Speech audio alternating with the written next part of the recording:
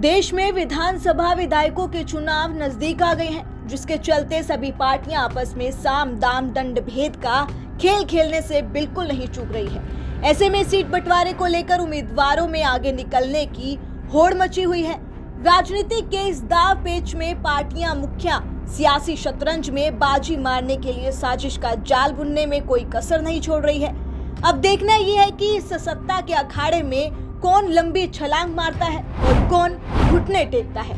जम्मू कश्मीर में सियासी घमासान तेज हो गया है। सीट बंटवारे को लेकर उम्मीदवारों में बवाल हो गए। सूत्रों का कहना है कि बीजेपी के कई नेता पहले लिस्ट में नाम न होने की वजह से मायूस हैं, जिसके चलते बीजेपी को संशोधित लिस्ट जारी करना पड़ा।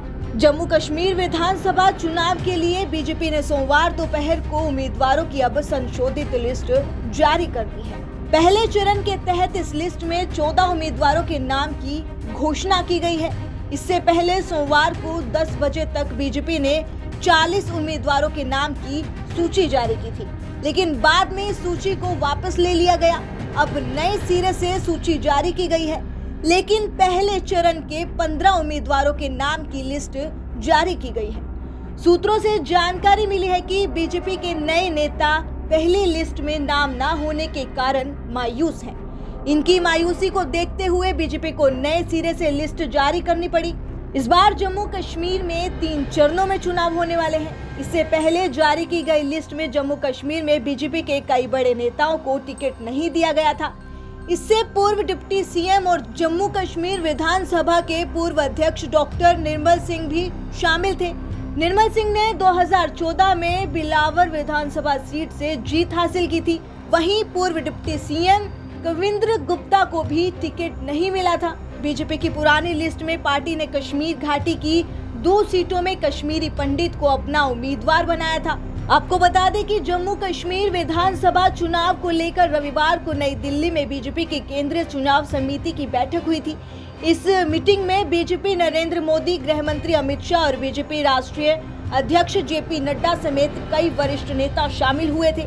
इस मीटिंग में चुनावी रणनीति मुद्दों पर और उम्मीदवारों के नाम और राज्य में पीएम मोदी की संभावित रैलियों पर चर्चा हुई थी।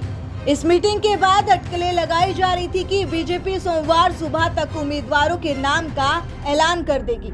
सूत्रों के मुताबिक इस मीटिंग में तय हुआ कि पीएम मोदी की कश्मीर में 1-2 रैली होगी, जबकि जम्मू में पीएम मोदी 8 से 10 रैलियां करेंगे। आपको बता दें कि राज्य की 90 विधानसभा सीटों पर मतदान के लिए चुनाव आयोग ने चुनाव तारीखों का ऐलान कर दिया है। जम्मू कश्मीर में 18 सितंबर, 25 सितंबर और 1 अक्टूबर को मतदान होगा।